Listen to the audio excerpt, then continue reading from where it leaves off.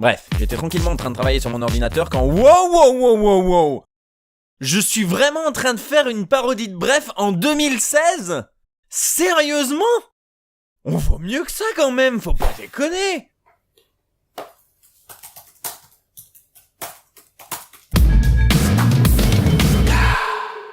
Bonjour à tous et bienvenue dans Fox DVD. 2016 sera indéniablement l'année de la mort de Canal+. Après une rentrée 2015 totalement anarchique, avec un grand journal à la ramasse piloté par une Maïtena Biraben qui n'est clairement pas au niveau, après le viol en règle de la formule historique des Guignols alors que le cadavre d'Alain de Greff était encore chaud, après toutes les polémiques, les censures de documentaires, etc., nous voilà avec une année 2016 totalement nulle à chier, avec un nouveau viol en règle des Guignols, plus de zapping, plus de petit journal. Je suis désolé, le truc d'Eldin, jamais je l'appellerai le petit journal. Bref, le bateau du groupe Canal+ s'enfonce irrémédiablement dans l'océan alors qu'on l'a prévenu une trentaine de fois qu'il y avait un iceberg devant. Et pourtant, un an avant le massacre, nous fêtions les 30 ans de Canal+. 30 ans de bons souvenirs entre les nuls, nulle part ailleurs, les messages à caractère informatif, les meilleures années de Groland, des chiens, des guignols. Bref, c'était une grande occasion, et pour l'occasion, ils ont fait un dispositif assez dingue, et ceux qui se sont occupés de ce dispositif, c'est Kian Kojandi, Bruno Muschio et Harry Torgman, les créateurs de la série Bref. Ils ont créé un mini-site avec un algorithme hyper puissant qui permettait de générer aléatoirement un épisode de Bref. Un épisode de Bref qui avait toujours la même structure, on est d'accord, mais qui changeait régulièrement les extraits, les guests, les petites blagues, les petits trucs, et ça donnait un dispositif assez dingue. Le site est encore en ligne, je vous invite à aller y faire un petit tour et ne pas hésiter à créer votre propre épisode, c'est toujours très amusant à faire. Brefou, tout ça c'est très intéressant, mais du coup comme ce dispositif est aléatoire, ça ne se prête pas vraiment à faire un DVD, clairement.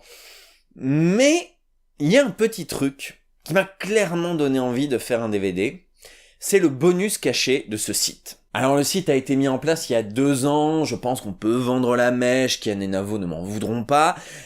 Sur le site Bref Canal à 30 ans, en entrant le code Konami, décidément Kian et Navo ont un problème avec ce code Konami, vous débloquez une vidéo spéciale. À mi-chemin entre la vraie YouTube poupe et le détournement de la structure des épisodes Bref Canal à 30 ans, cette espèce de bonus hybride est absolument hilarant pour peu que vous ayez déjà joué et participé à ce petit algorithme, ce petit site aléatoire. Putain, ça c'est marrant! Ça c'est marrant! Ce DVD est donc né de 2 envies. La première, c'était indéniablement d'offrir un DVD à cet épisode hybride totalement fucked up. Et la deuxième, c'est d'essayer à mon tour d'introduire le code Konami sur un DVD. Je savais que c'était possible, mais comment? Ça, c'était un peu plus compliqué. C'était un défi cool et c'est ce qui a donné ce DVD. Vous vous souvenez peut-être du DVD de Deconman que j'avais fait avec des disques 8 cm. Et ben après en avoir imprimé un, il m'en restait quand même 9, hein, et je savais pas spécialement quoi en foutre.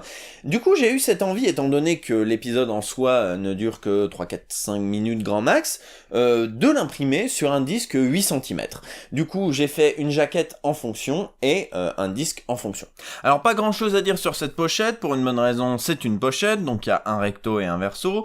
En plus, comme Bref est dans une esthétique très minimaliste avec pas beaucoup de choses à l'écran, je pense notamment à son titre, et ben du coup j'ai fait pareil. Du coup sur la face arrière on a le logo des 30 ans de Canal. Vous vous demandez pourquoi j'ai mis un repère central, et ben c'est pour pouvoir centrer le logo, enfin les différents logos. Vous voyez que là il est bien centré, enfin presque, mais comme il est pas tout... c'est chiant quand je parle, donc non. Et en parallèle, il y a ce logo que j'ai astucieusement baptisé Bref Nami. Comme la clé de l'épisode spécial, c'est le code Konami, j'ai voulu détourner le logo Konami. Donc j'ai essayé de retrouver... alors j'ai plus un fichier Photoshop du logo, mais voilà, j'ai essayé de retrouver la même police que le logo Konami et d'écrire Bref avec. Voilà, ça s'arrête là. Voilà, c'est à peu près tout. Si vous voulez, je vous raconte une blague de Toto pour combler. Alors, non, bon d'accord. J'en ai chié. Vous pouvez même pas imaginer à quel point j'en ai chié. Au début, j'ai juste voulu mettre l'épisode random, et puis je me suis dit, c'est un peu con de mettre l'épisode random qui parodie la structure des épisodes créés aléatoirement par l'algorithme, sans mettre des épisodes créés aléatoirement par l'algorithme. Donc j'avais pour projet d'enregistrer des vrais faux épisodes générés par l'algorithme. Évidemment, je pouvais pas juste télécharger un épisode avec IDM parce que l'épisode était composé de plein de petits fichiers vidéo mis bout à bout, donc c'était impossible. Du coup, c'est de la capture d'écran, et je me suis dit, tant qu'à faire, autant ne pas générer des épisodes aléatoires, mais autant combiner le plus de choses possibles que j'ai pu voir, et évidemment en fonction de mes goûts personnels. Donc ça, déjà, j'en ai chié. Pour vous dire à quel point j'en ai chié, j'ai généré plein d'épisodes jusqu'à avoir à peu près ce que je voulais. J'ai copié les liens, je les ai listés dans un fichier Excel, et puis à chaque fois j'ai noté quel était le gag de début, donc là par exemple les guignols, quel était le t-shirt que Kian portait, parce qu'il change de t-shirt à chaque fois, quels étaient les guests qui disaient un truc au début, quel était le souvenir du milieu, avec qui Kian discutait, quelle était la deuxième guest, quelle était la meuf de Kian dans l'extrait, qui était le père de Kian, qui était le gag final, et quels étaient les copains. Donc, vous doutez bien que ça a été très pénible. Surtout que, bien évidemment, sinon ça aurait été trop facile, je ne connaissais pas tout le monde. D'où la masse de points d'interrogation en mode qui sont ces gens, je ne sais pas. Enfin, je dis vous doutez bien, mais même si vous vous dites ok, j'ai une idée d'à quel point ça a été pénible, dites-vous que ça l'est 3 fois plus. À la fin des captures, j'avais donc tout ça de fichiers capturés qu'il fallait ensuite découper par séquence pour pouvoir avoir les différentes séquences qu'on puisse ensuite mettre bout à bout dans Vegas, avec des marqueurs pour pas se perdre, mais on se perdait quand même. Et j'en ai chié. Vous pouvez pas savoir, vous pouvez même pas imaginer à quel point, mais à la fin j'étais comme ça, yes, je suis content. J'ai 11 petits épisodes découpés puis recollés façon art plastique niveau 6ème de Bref. Ça, c'est fait.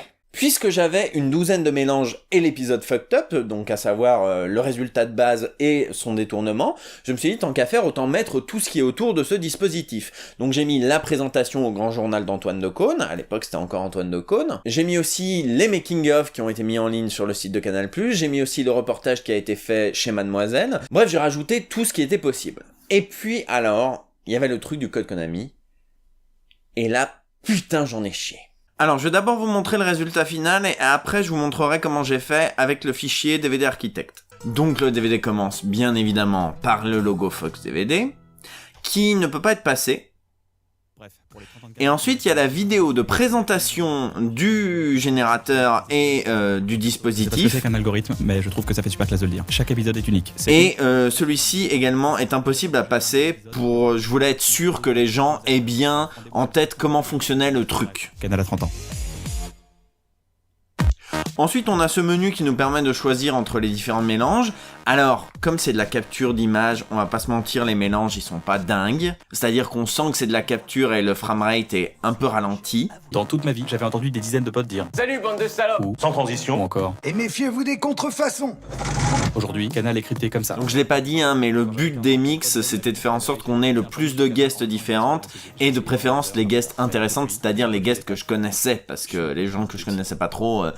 ça me faisait ni chaud ni froid. Je suis deg entre parenthèses parce qu'il y en a un que j'ai pas eu et j'ai découvert récemment qu'il était dedans. C'était qu'ils étaient dedans. C'était les casseurs flotteurs.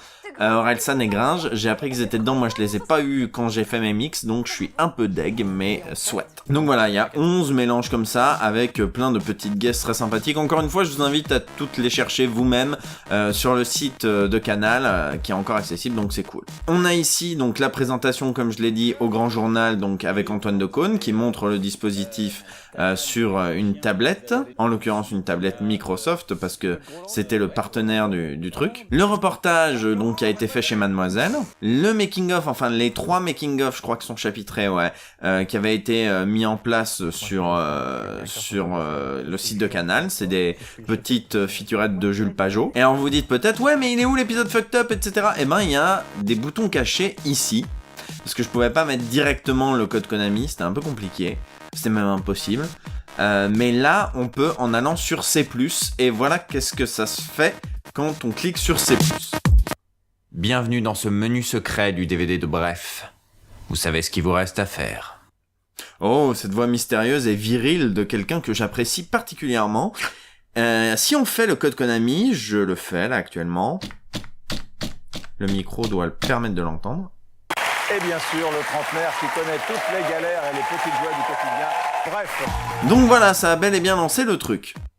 Et quand on fait menu, ça revient là, parce que sinon t'es incapable de revenir dans ton monde d'origine. Comme dans Sliders, les mondes parallèles. Bref.